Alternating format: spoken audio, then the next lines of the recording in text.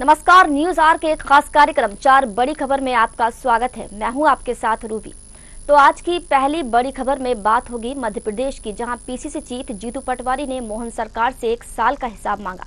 विपक्ष बीजेपी के 1 साल पूरा होने पर 16 दिसंबर को विधानसभा का घेराव कर हिसाब दो जवाब दो आंदोलन करेगा। दूसरी बड़ी खबर में हम बात करेंगे महाराष्ट्र की, जहां रिजल्ट के 9 दिन बाद भी सीएम तय नहीं हो पा रहा। वहीं तीसरी बड़ी खबर में जिक्र करेंगे संसद के शीतकालीन सत्र का, जहां लगातार 5वें दिन भी हंगामा हुआ। कि वहीं चौथी और आखिरी बड़ी खबर उत्तर प्रदेश से है, जहां संभल हिंसा के आज 9वें दिन भी कांग्रेस प्रदेश अध्यक्ष संभल जाने की जिद पर अड़े हैं। क्यों अड़े हैं जिद पर, जानेंगे इसी कार्यक्रम में। तो आइए शुरू करते हैं 4 बड़ी खबर।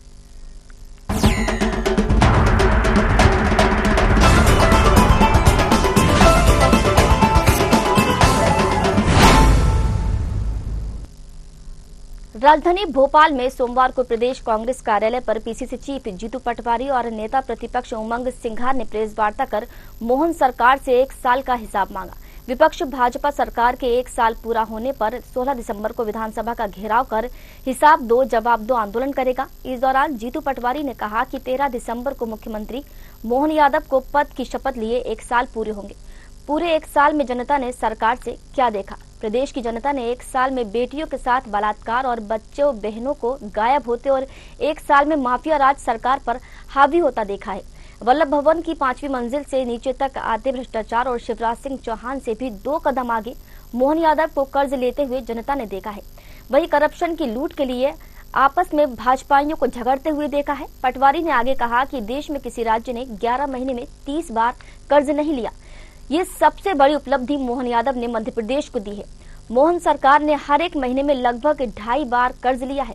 सरकार ने 3000 करोड़ से लेकर 5000 करोड़ रुपए तक कर्ज लिया है, लेकिन जब संकल्प पत्र की बात आई तो उसका कुछ नहीं किया।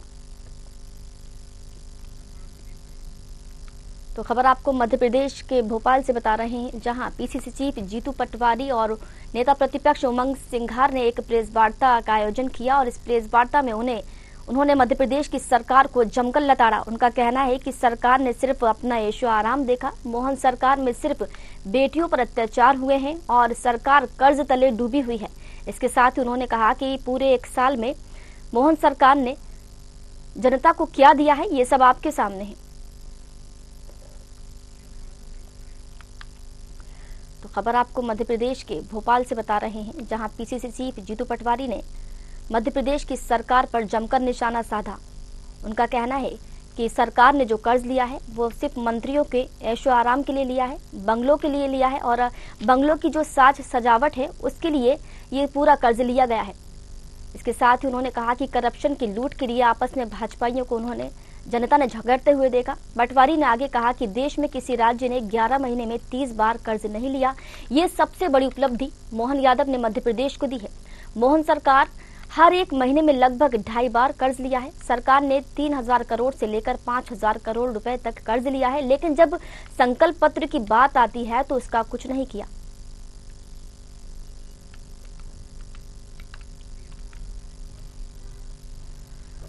चलिए इस खबर पर ज्यादा जानकारी लेंगे। हमारे साथ सत्यम शर्मा जुड़ चुके हैं। सत्यम, पीसीसी चीफ ने सीधा निशाना साधा है मोहन सरकार पर। उनका कहना है कि जो कर्ज लिया गया है वो मंत्रियों के ऐशो आराम के लिए, बंगलों की साज सजावट के लिए लिया गया है। लेकिन एक बात यहाँ पर जानना चाहेंगे सत्यम, क्या ये जो कर्ज लिया जा रहा है बार बार, इसके पीछे लाडली बहना योजना तो नहीं? क्योंकि सरकार को हर महीने बहनों के खाते में पैसा भी डालना है। क्या कर्ज के पीछे ये वजह तो सामने नहीं आ रही?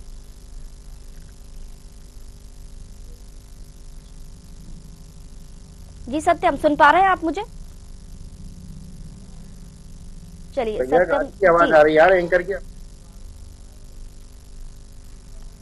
ठीक है, सत्यम से दोबारा जुड़ने की कोशिश करेंगे, उनसे हमारा संपर्क नहीं हो पाया। तो खबर आपको मध्य प्रदेश की भोपाल से बता रहे हैं, जहां पीसीसी चीफ और नेता प्रतिपक्ष उमंग सिंघार ने मध्य प्रदेश की सरकार पर सीधा निशाना साधा। उनका कहना है कि सरकार ने जो कर्ज लिया है वो मंत्रियों के ऐशो आराम के लिए लिया है, बंगलों की साज सज्जा के लिए लिया है और जब संकल्प पत्र की बात आती है तो उसका कुछ भी नहीं होता है।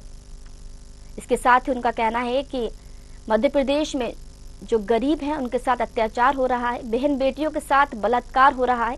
मोहन सरकार ने 1 साल में मध्य प्रदेश की जनता को ये दिन दिखाया है। तो बता दें कि 16 दिसंबर को विधानसभा का घेराव कांग्रेस करने जा रही है और घेराव कर हिसाब दो जवाब दो आंदोलन करेगी। इस दौरान जीतू पटवारी का कहना है कि 13 दिसंबर को मुख्यमंत्री मोहन यादव को पद की शपथ लिए हुए पूरे 1 साल हो गए और इन पूरे 1 साल में जनता ने सरकार से क्या देखा। प्रदेश की जनता ने 1 साल में बेटियों के साथ बलात्कार और बच्चों बहनों के गायब होते और 1 साल में माफिया राज सरकार पर हावी होता देखा है। इसके साथ ही उनका कहना है कि वल्लभ भवन की 5वीं मंजिल से नीचे तक आतिश भ्रष्टाचार और शिवराज सिंह चौहान से भी 2 कदम आगे मोहन यादव को कर्ज लेते हुए जनता ने देखा है।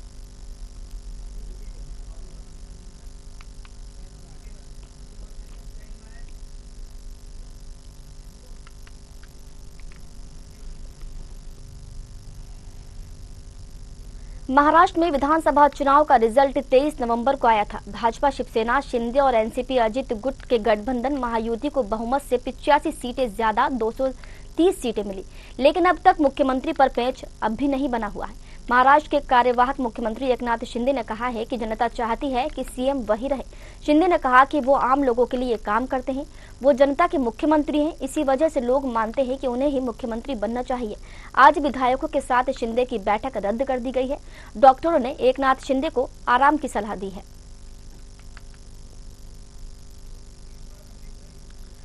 तो खबर आपको महाराष्ट्र से बता रहे हैं, जहां पर परिणाम आए हुए 9 दिन हो गए हैं, लेकिन अभी तक सीएम का फेस तय नहीं हो पाया है। इधर मुख्यमंत्री एकनाथ शिंदे का कहना है कि जनता चाहती है कि सीएम वही रहे। शिंदे का कहना है कि वो आम लोगों के लिए काम करते हैं, वो जनता के मुख्यमंत्री हैं, इसी वजह से लोग मानते हैं कि उन्हें ही मुख्यमंत्री बनना चाहिए। बता दें कि आज विधायकों के साथ शिंदे की बैठक रद्द कर दी गई है। डॉक्टरों ने एकनाथ शिंदे को आराम करने की सलाह दी है। चलिए, इस खबर पर चर्चा करने के लिए हमारे साथ राजनीतिक विश्लेषक आलोक सोती जी जुड़ चुके हैं। आलोक जी, बहुत बहुत स्वागत है आपका। आलोक जी, रिजल्ट आए 9 दिन हो गए, लेकिन अभी तक सीएम तय नहीं हो पाया, इसके पीछे की क्या वजह माना जाए? आलोक जी सुन पा रहे हैं आप मुझे? देखिए, आपकी आवाज मेरे तक साफ नहीं पहुंच पा रही, लेकिन जितनी भी पहुंच पा रही उससे हम ये कह सकते हैं कि एकनाथ शिंदे एक बड़े और परिपक्व नेता हो गए हैं कि उनको मंत्री भी हैं। तो ऐसे सूखे हाल में वो चाहेंगे कि उनको अच्छी अच्छे पद मिल जाए, जिसकी वजह से अच्छे मंत्रालय मिल जाए। इसलिए इस प्रकार की प्रेशर टैक्टिक्स लगाई जाती है, क्योंकि आप जानते हैं महाराष्ट्र में ज्यादातर मराठा है, वो एक मराठा नेता भी हैं, तो इसलिए उनका मुख्यमंत्री रहते हुए उन्होंने कुछ कल्याणकारी योजनाएं भी शुरू की थी, जिसका लाभ चुनाव में भी आपको मिला था। जिला आरडी पहना की एक यहाँ पे भी महिलाओं के लिए जो है 7 महीने जो है निश्चित धनराशि दी जाती थी, जिससे कि उनकी लोकप्रियता बढ़ी, उनकी सीटें भी बढ़ी और बीजेपी को भी फायदा हुआ। तो कुल मिला के एक प्रकार की संजू साहब एक परिपक्व नेता बन चुके हैं। वो ठीक है कि वो मुख्यमंत्री नहीं बनेंगे, लेकिन वो चाहते हैं कि उनको उनकी पार्टी को अच्छे कुछ मजबूत मंत्रालय मिले, जिससे कि वो उनका प्रभाव मिल रहे। आलोक जी, इसके पीछे अगर ये वजह तो नहीं माना जाए कि फडणवीस के चेहरे के अलावा किसी और के चेहरे पर भी विचार मंथन हो रहा हो? जी आलोक जी। राखी जी, एक बार अपना प्रश्न दोहराएंगे? आपकी आवाज मेरे तक नहीं पहुंच पा रही। कीजिएगा, पर मेरा नाम जी आलोक जी, मेरा नाम रूबी है और मेरा प्रश्न ये है आपसे कि ये जो देरी हो रही है सीएम फेस का, ये जो ऐलान अभी तक नहीं हो पाया है, 9 दिन हो गए रिजल्ट आए हुए, कहीं ये वजह तो नहीं है इसके पीछे कि फडणवीस के अलावा किसी और चेहरे पर भी विचार मंथन हो रहा हो?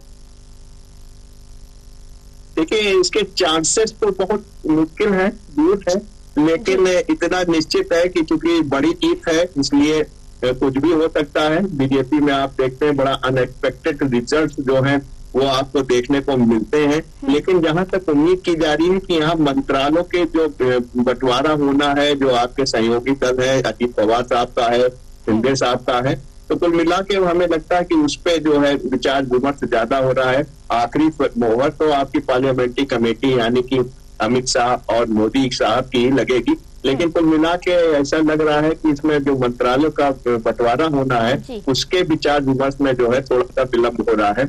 लेकिन उम्मीद तो की जाती है कि जो देवेंद्र फडणवीस साहब है, यही मुख्यमंत्री ही बनेंगे, यही चेहरा दिखाया गया था और कोई दूसरा नाम और चेहरा भी सामने अभी नहीं आ रहा है बीजेपी की तरफ से। लेकिन बीजेपी में अप्रत्याशित चीजें जो होती है वो अक्सर होती है, लेकिन इसमें उम्मीद कम है और उम्मीद है कि देवेंद्र फडणवीस ही मुख्यमंत्री बनेंगे। आलोक जी, जैसा कि आपने बताया कि मंत्रालय को लेकर भी खींचतान जारी है और कई पार्टी चाह रही है इनमें से कई विभाग हमें मिल जाए, तो एकनाथ शिंदे का भी यही कहना है कि वो चाहते हैं कि हमारी पार्टी को गृह मंत्रालय मिल जाए। जी हाँ रूबी जी, आप बिल्कुल ठीक कह रही हैं। गृह मंत्रालय एक बड़ा महत्वपूर्ण मंत्रालय है। इसके अलावा आप देख रहे हैं कि WD वाला भी है और साथ में आप देख रहे हैं जो कृषि मंत्रालय है ये भी बड़ा बजट वाला होता है, बहुत ही महत्वपूर्ण होता है, जनता से जुड़ा हुआ होता है, किसानों की समस्याएं होती हैं वहां तक पहुंचना होता है। तो जिस भी राजनीतिक दल के पास ये बड़े मंत्रालय होते हैं उसकी पहुंच जनता तक बन जाती है। इसलिए जितने भी सहयोगी दल है, चाहे वो अजीत पवार साहब की एनसीपी हो या शिंदे साहब की जो है शिवसेना हो, वो चाहती है कि उसका वर्चस्व बना रहे, उनकी क्षेत्रीय दल है, क्षेत्रीय दल का वर्चस्व बना रहे, उनकी अहमियत जो है महाराष्ट्र में बनी रहे। जी आलोक जी, ऐसे जी ये जो मंत्रालय है वो जनता के सरोकार वाले हैं, इसलिए जो भी सहयोगी दल है इन मंत्रालय की, लेकिन साथ में बीजेपी चाहेगी कि बहुमत तो उसी को मिला है, काफी ज्यादा बहुमत मिला है, राजनीतिक उठक पटक अभी भी चालू है, इसलिए वो चाहती है कि कुछ जो महत्वपूर्ण मंत्रालय है उनको अपने पास रखा जाए, जिससे कि राज्य का जो शासन है वो सुचारू रूप से अपने मन मुताबिक जो है बीजेपी के मन मुताबिक। जी बहुत बहुत शुक्रिया आपका इस खबर में चर्चा करने के लिए। आप हमारे साथ बने रहिए आलोक जी, आगे भी आपसे चर्चा करेंगे अगली खबर पर भी।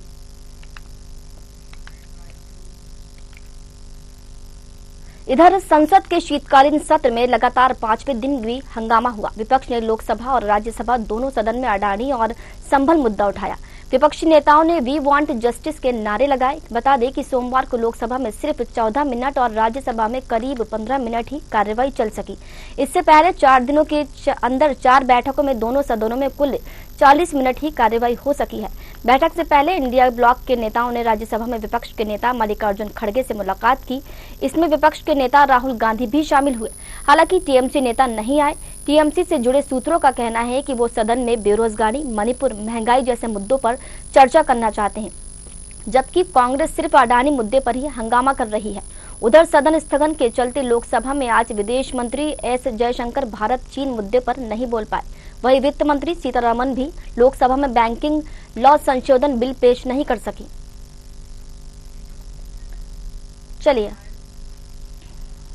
चलिए आलोक सोती जी हमारे साथ लगातार जुड़े हुए हैं। आलोक जी, हर बार जब ये चर्चा होती है पिछले 4 दिनों से, जब भी सदन शुरू होता है, लेकिन इस मुद्दे पर खत्म हो जाता है अडानी और संभल का मुद्दा। सर, ये मुद्दा उठता है, लेकिन जो और अहम मुद्दे हैं, बेरोजगारी हुआ, मणिपुर हुआ, और भी कई अहम मुद्दे हैं, उन पर चर्चा नहीं हो पाती है। सर, तो ये मुद्दे आखिर कब बंद होंगे? जी हाँ रूबी जी, आप बिल्कुल ठीक कह रही हैं कि जो मुद्दे हैं जो जनता के साथ है, जनता के सरोकार वाले हैं, जैसे बेरोजगारी है, आदि इत्यादि हैं। मणिपुर में भी शांति व्यवस्था की एक बहुत बड़ी समस्या है जो समय से चली, इनको भी संसद में मुख्य रूप से उठना चाहिए। लेकिन सभी की जो इच्छा है पानी पे विशेषकर आप देखते हैं। और दूसरा आपने देखा उत्तर प्रदेश में संभल को लेकर जो सांप्रदायिक हिंसा हुई, उसमें आप देखते हैं कि जो कांग्रेस का वोट बैंक है और जो प्रमुख विपक्षी दल है उत्तर प्रदेश में, उसमें सपा का जो रोल है, वो सपा के बहुत से सांसद, 37 सांसद जो है इस समय मौजूद है संसद के अंदर, वो इस मुद्दे को उठाना और सुनाना चाहते हैं। लेकिन साथ में आप देख रहे हैं कि किस तरीके के तो अत्यंत महत्वपूर्ण मुद्दे हैं, जिसमें एक बैंकिंग लॉ से संबंधित है कि जिसमें 7 दिन की 6 दिन की बजाय जो है 5 दिन की फिर से बैंकिंग सिस्टम को शुरू करने की बातें चल रही हैं, उसको भी जो है इंट्रोड्यूस कराना था, एक लॉ के रूप में लाना था, जो तमाम बैंकों की जो थी उनकी मांगे थी। तो कुल मिला के साथ में आपने देखा कि विदेश नीति से जो अभी समझौता हुआ है, किस तरह चीन की सेनाएं जो है गलवान से और जो आपके जो पॉइंट्स हैं उससे पीछे गई हैं। आपने देखा जिस तरीके का आपको दिखाई दिया तिब्बत सीमा के ऊपर। तो ऐसे सूरत हाल में ये भी मुद्दे थे जिसपे जो है बीजेपी एनडीए उस पर डिस्कस करना चाहता था। लेकिन चूंकि मुद्दा आप जानते हैं कि जिस तरीके का शोर शराबा होता है संसद के अंदर, जिसके कारण आप देखते हैं कि संसद सुचारू रूप से नहीं चल पाती है और ये काफी हद तक जो है सूट भी करता है बीजेपी और एनडीए को। तो जाहिर सी बात है वो चाहते हैं कि इस तरीके का हंगामा हो और जो संसद के जो विशेष कार्य हैं, जो विशेष चर्चा है, उस पर ज्यादा तवज्जो ना दी जाए। तो कुल मिला के देखने वाली बात ये है कि दोनों के विन विन पोजिशंस हैं। बेहतर होना चाहिए कि सकारात्मक बहस हो, कोई अच्छा निर्णय निकले, लेकिन ऐसा भारतीय राजनीति में पिछले 10-15 साल से बना है। चाहे कोई भी दल सत्ता में हो या विपक्ष में हो, जब बीजेपी विपक्ष में थी तो भी वो इस तरीके के वहां पे आप देखते थे एडजस्टमेंट होते थे। अब वो सत्ता में आ गई तो आप देख रहे हैं कि कांग्रेस और उनके एलाइड जो इंडिया दल है वो भी इस तरीके की परिस्थितियां पैदा कर रहा है। तो कुल मिला के जनता अपने को ठगा महसूस करती है और ऐसा महसूस करती है कि संसद की शायद यही परंपरा है, इसी तरीके से संसद चलती है, क्योंकि लाइव टेलीकास्ट होता है, दुनिया भी देखती है, जनता भी देखती है, लेकिन कोई विशेष निर्णय नजर नहीं आता होता हुआ। जी आलोक जी, जब इस तरीके की संसद में कोई बैठक होती है, सर्वदलीय बैठक, तो पहले से विपक्ष जो है उनके भी साइन करवा लिए जाते हैं और मुद्दे सामने रख लिए जाते हैं कि इस मुद्दे पर बहस होगी, ये मुद्दा उठाया जाएगा। तो क्या ये माना जाए कि इस बार जो सरकार है विपक्ष को मना नहीं पा रही है? नहीं, देखिए ये तो एक परंपरा है कि जब संसद का सत्र चालू होता है तो उसमें जो है विपक्ष एक साथ दलीय बैठक होती है, पूरा मौजूद रहता है और उसका पहले से मुद्दे जो है उसको डिसाइड कर दिए जाते हैं। लेकिन आप देखते हैं कि भारतीय राजनीति का एक नया स्वरूप आपको देखने को मिल रहा है पिछले 10 से 15 सालों में। तो ऐसी स्थिति में आप कह नहीं सकते कि वो जो मुद्दे होते हैं, जो मीटिंग होती है, वो हमें लगता है कि चाहे पानी में समाप्त हो जाती है।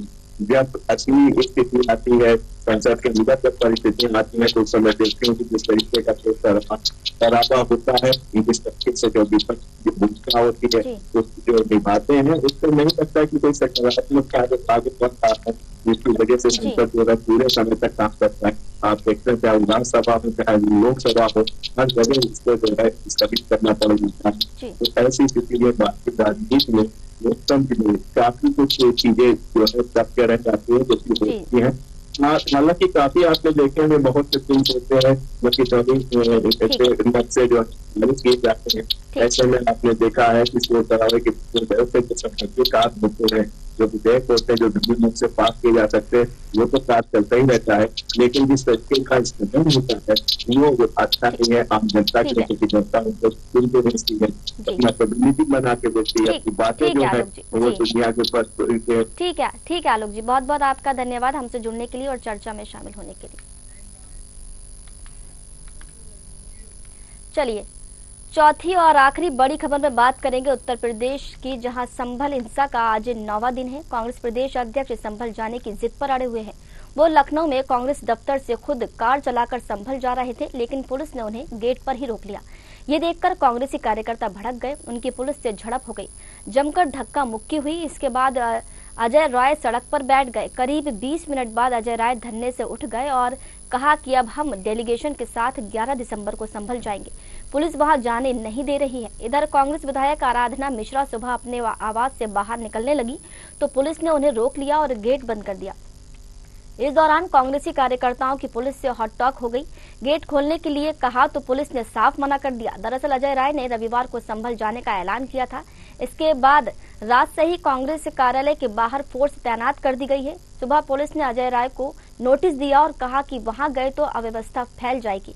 इससे पहले सपा के डेलीगेशन ने भी संभल जाने का ऐलान किया था, हालांकि पुलिस ने किसी को जाने नहीं दिया।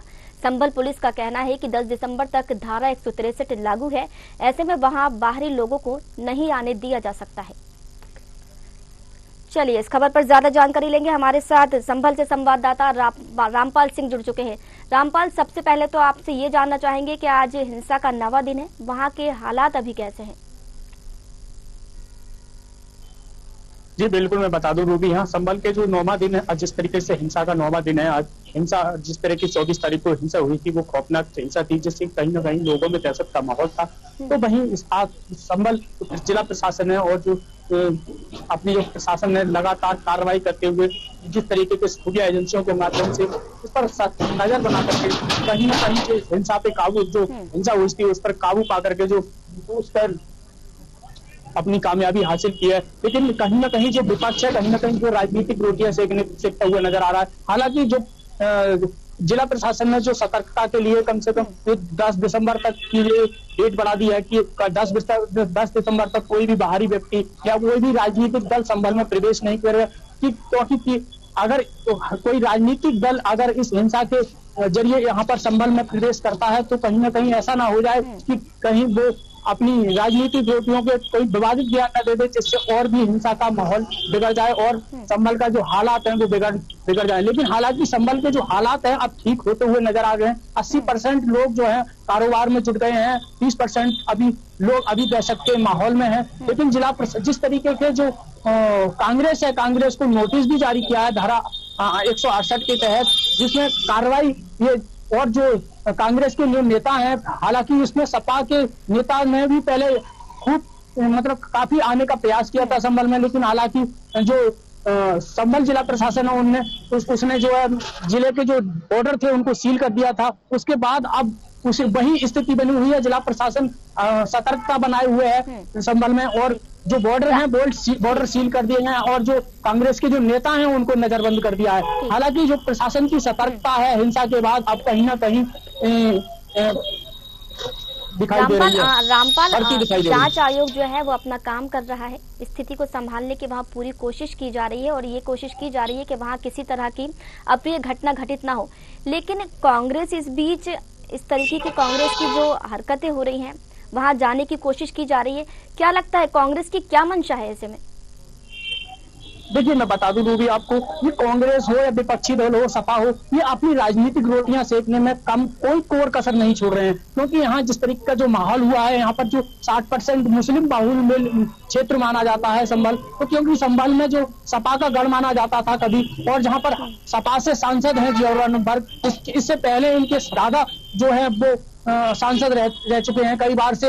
और यहाँ संभल की बात की जाए तो 3 विधानसभाओं में सपा का कब्जा है और जबकि 1 विधानसभा पर बीजेपी का कब्जा है। क्योंकि ये इस तरीके की राजनीति रोटियां अगर नहीं सेकेंगे तो इनकी राजनीति खत्म हो जाएगी। इसलिए ये इनका साफ तौर पर इनकी मंशा है कि अगर इस तरीके से जो उपद्रवी थे कि उनकी उसमें शामिल नहीं होंगे तो उनकी जो वोट बैंक की राजनीति है वो खत्म हो जाएगी। तो इसे आप कहा जा सकता है कि ये जो सपा है या फिर जो कांग्रेस है इस हिंसा के बाद अपनी बौखलाई हुई है और जो अपनी राजनीतिक रोटियां सेकने में। पर रामपाल ये भी तो कह सकते हैं, ये भी कहा जा सकता है रामपाल के जो कांग्रेस है उसको 2027 की तस्वीर साफ दिख रही हो, इसी के चलते वो ये सब वारदातों को अंजाम दे रहा है, वहां जाने की कोशिश की जा रही है, जिद पर अड़े हैं, धरना प्रदर्शन की बात, क्योंकि ये वहां पहुंचेंगे चुनाव माफ कीजिएगा जांच आयोग तो अपनी कार्रवाई में लगा है, वहां पर इस तरीके की कार्रवाई की जा रही है कि कोई अप्रिय घटना ना हो, लेकिन ये वहां जाएंगे, गड़े मुर्दे उखाड़े जाएंगे, तो क्या इनके मन में ये मंशा है? 2027 की तस्वीर इन्हें साफ दिख रही है।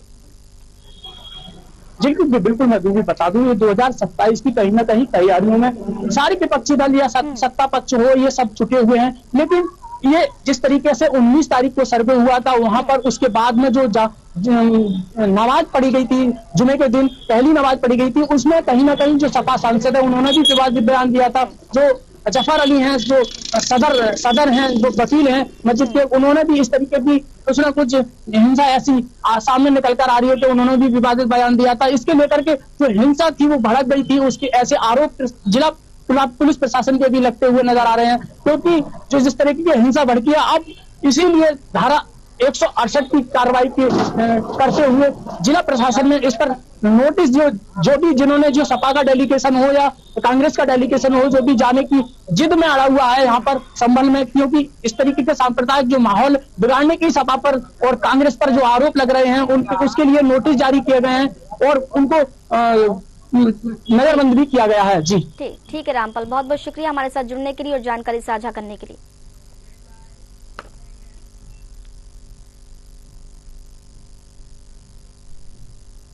तो ये थी 4 बजे की 4 बड़ी खबर, जहां हमने आपको मध्य प्रदेश, महाराष्ट्र, दिल्ली और उत्तर प्रदेश की खबर से रूबरू कराया। कल फिर हाजिर होंगे 4 बड़ी खबरों के साथ, तब तक मुझे दीजिए इजाजत, नमस्कार।